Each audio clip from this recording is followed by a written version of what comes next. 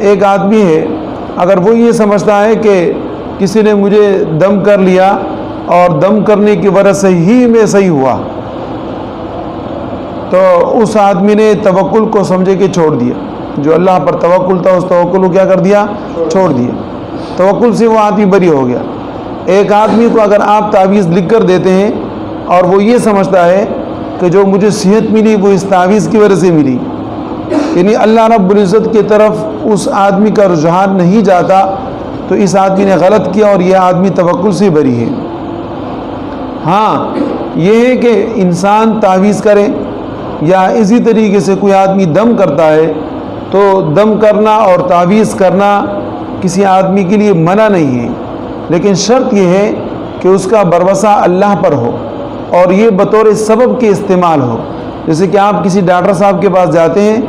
اور وہ آپ کو دوا دیتا ہے، تو وہ دوا آپ کو ٹھیک نہیں کرتا، ٹھیک کرنے والی ذات اللہ رب العزت کی ذات ہے، لیکن آپ وہ دوا استعمال کرتے ہیں اور وہ دوا آپ کے ٹھیک کرنے کا ایک سبب بنا، باقی اس کے اندر تاثیر ڈالنے والی ذات اللہ رب العزت کی ہے۔ تو اس سے یہ عقیدہ نہیں ہونا چاہیے کہ جناب دم نے مجھے ٹھیک کر دیا یا تعویذ نے مجھے ٹھیک کر دیا، نہیں، دم اور تعویذ کسی کو ٹھیک نہیں کرتا، ٹھیک کرنے والی ذات اللہ رب العزت کی ہے۔ اب ہم اس طرف آتے ہیں کہ دیکھیں ایک آدمی ہے وہ دم کرتا ہے یا تعویذ لکھتا ہے، تو اس کو دیکھا جائے گا کہ وہ کس قسم کے الفاظ استعمال کرتا ہے۔ اگر مثال کے طور پہ کوئی آدمی شرکی الفاظ استعمال کرتا ہے، شرکی الفاظ، جیسے کہ آپ کسی تعویذ کرنے والے کے پاس چلے جاتے ہیں تو وہ آپ کو سب سے پہلے یہ کہتا ہے کہ آپ یہ کہیں یا علی مدد، یا جناب آپ کی تعویذ میں وہ اس طریقے سے الفاظ لکھتا ہے کہ جس کا قرآن کے ساتھ، سنت کے ساتھ اور ادعیہ مأثورہ کے ساتھ کوئی تعلق نہیں ہے، صحیح جی، شرکی الفاظ اس کے اندر استعمال ہوتے ہیں۔ تو ایسے تعویذ کرنا اور تعویذ والوں کے پاس جانا گناہ ہے، حرام ہے، ناجائز ہے، اس سے اپنے آپ کو بچانا چاہیے۔ اور ایسے تعویذ کرنے والے حضرات کہ اگر وہ تعویذ کرتے ہیں اور آپ ان کے پاس چلے جاتے ہیں، وہ تعویذ کے اندر ایسے مجمل الفاظ استعمال کرتے ہیں جس کا معنی واضح نہیں ہوتا، تو ایسے لوگوں کے پاس جانا مباح ہے، جائز بھی ہے۔ اور اس طریقے سے لوگ کہ اگر وہ قرآن کریم کے آیت پڑھ کر آپ پر دم کرتے ہیں یا اسی طریقے سے ادعیہ معصورہ پڑھ کر آپ پر دم کرتے ہیں، تو ایسے لوگوں کے پاس جانا اور ان سے علاج کروانا اور دم کروانا بالکل ٹھیک جائز ہے۔ حضرت عبداللہ ابن عمر رضی اللہ تعالی عنہما سے ایک روایت ہے کہ حضرت عبداللہ ابن عمر رضی اللہ تعالی عنہما اس طرح کیا کرتے تھے کہ اگر کسی بچے کو پڑھنا آتا تو اس کو پڑھواتے کہ آپ یہ کلمات پڑھیں اور اس سے آپ کا نظر بد یا آپ کی بیماری یا آپ کی پریشانی دور ہو جائے گی۔ اور اگر کسی کو پڑھنا نہیں آتا تو کاغذ کے اوپر لکھ کر اس کے گلے پر لٹکا دیتے تھے حضرت عبداللہ ابن عمر رضی اللہ تعالیٰ عنہما۔ تو اس سے یہ ثابت ہوتا ہے کہ تعویذ لکھنا اور تعویذ کرنا جائز ہے، اس میں کوئی نقصان نہیں ہے، کوئی خرابی نہیں ہے۔ ہاں یہ ہے کہ نبی علیہ الصلاۃ والسلام کا معمول بھی رہا ہے دم کرنا، سب سے بہتر یہ کہ انسان دم کرے، جیسے کہ نبی اکرم صلی اللہ علیہ وسلم حضرت حسن حضرت حسین رضی اللہ تعالیٰ عنہما کے اوپر، حضرت حسن اور حضرت حسین رضی اللہ تعالیٰ عنہما دونوں کے اوپر نبی اکرم صلی اللہ علیہ وسلم اعوذ بکلمات اللہ التامات پڑھ کر دم کیا کرتے تھے۔ اور پھر نبی اکرم صلی اللہ علیہ وسلم کی اسی حدیث میں یہ ہے کہ حضرت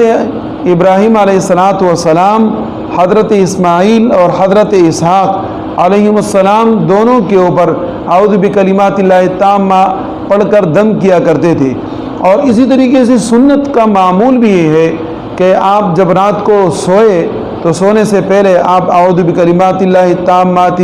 من شر ما خلق اس طریقے سے الفاظ آپ پڑھ لیں، اور یہ ہے کہ وہ پھونک لے، جس کی وجہ سے اللہ رب العزت آپ کو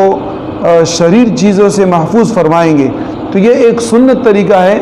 اور یہ ہے کہ اس کے مطابق اگر شرکی الفاظ نہ ہو تو بالکل جائز ہے اور وہ استعمال کرنا بھی صحیح ہے۔ اسی طریقے سے اب یہ کہ آپ نے تعویذ لکھ لیا اور تعویذ کے اوپر یا مثال کے طور پہ آپ دم کرتے ہیں، دم کرنے کے اوپر آپ اجرت لینا چاہتے ہیں تو آپ اس کے اوپر اجرت بھی لے سکتے ہیں، اجرت لینا بھی جائز ہے، اجرت لینا بھی کیا ہے؟ جائز ہے۔ لیکن اس میں بہتر بات یہ ہے کہ آپ وہ اجرت لیں جو اجرت جو مریض خود اپنی طرف سے آپ کو دے. یہ صفدر صاحب رحمہ اللہ نے لکھا ہے کہ اگر کسی مریض کو آپ دم کر لیتے ہیں یا اس کو آپ تعویذ بنا کر دیتے ہیں اور وہ اپنی خوشی سے آپ کے ساتھ تعاون کرتا ہے یا آپ کو پیسہ دیتا ہے تو وہ بالکل ٹھیک ہے. اور حدیث مبارکہ میں بھی آتا ہے کہ صحابہ ایک علاقے پر گئے تو اس علاقے والے لوگ صحابہ کرام کی مہمان نوازی نہیں کر رہے تھے، تو ان میں سے کوئی بڑا سردار بیمار ہو گیا یا اس کو کسی بچھو نے یا سانپ نے ڈس لیا. تو وہ لوگ آئے صحابہ کے پاس، تو اس میں سے ایک صحابی نے فرمایا کہ میں آپ کو دم تو کر لوں گا لیکن یہ کہ میں آپ سے اجرت وصول کروں گا. تو اس حدیث سے بھی یہ معلوم ہوتا ہے کہ تعویذ کے اوپر اجرت لینا صحیح ہے اور جائز ہے، آپ لے سکتے ہیں. بہرحال انسان کو دیکھ کر اجرت لینا وصول کرے. ایسا نہ ہو کہ ایک آدمی روزانہ 300 روپے کماتا ہے اور آپ اس کو کہے کہ 3000 روپے آپ دے تو میں آپ کو تعویذ لکھ کر دوں گا. یہ ظلم اور زیادتی ہے. اس لیے بہت سارے حضرات جو تعویذ کرتے ہیں ان کے گھروں کے اندر بیماریاں ہوتی ہیں، پریشانیاں ہوتی ہیں اور مختلف قسم کے امراض ان کو خود بنفس نفیس لائق ہوتی ہے. وجہ کیا ہوتی ہے کہ وہ صبح سے لے کے شام تک جھوٹ ہی بولتے رہتے ہیں. اگر کسی کے اوپر جادو نہیں ہوتا اس کو کہتے ہیں آپ کے اوپر جادو ہے، کسی کے اوپر جنات نہیں ہوتے اس کو کہتے ہیں آپ پر جنات ہیں. اگر کسی آدمی کو کوئی اور مرض لاحق نہیں ہے تو وہ کہتے ہیں کہ جناب آپ کو یہ مرض ہے. اور یہ کہ ہمارے لوگ اتنے بیوقوف ہیں، اتنے زیادہ بیوقوف ہیں کہ اگر کوئی مریض آپ کے پاس آتا ہے اور آپ اس کو کہتے ہو کہ آپ پر کوئی مرض نہیں ہے، آپ پر جادو نہیں ہے، آپ پر تعویذات نہیں ہے، آپ پر جنات کا سایہ نہیں ہے،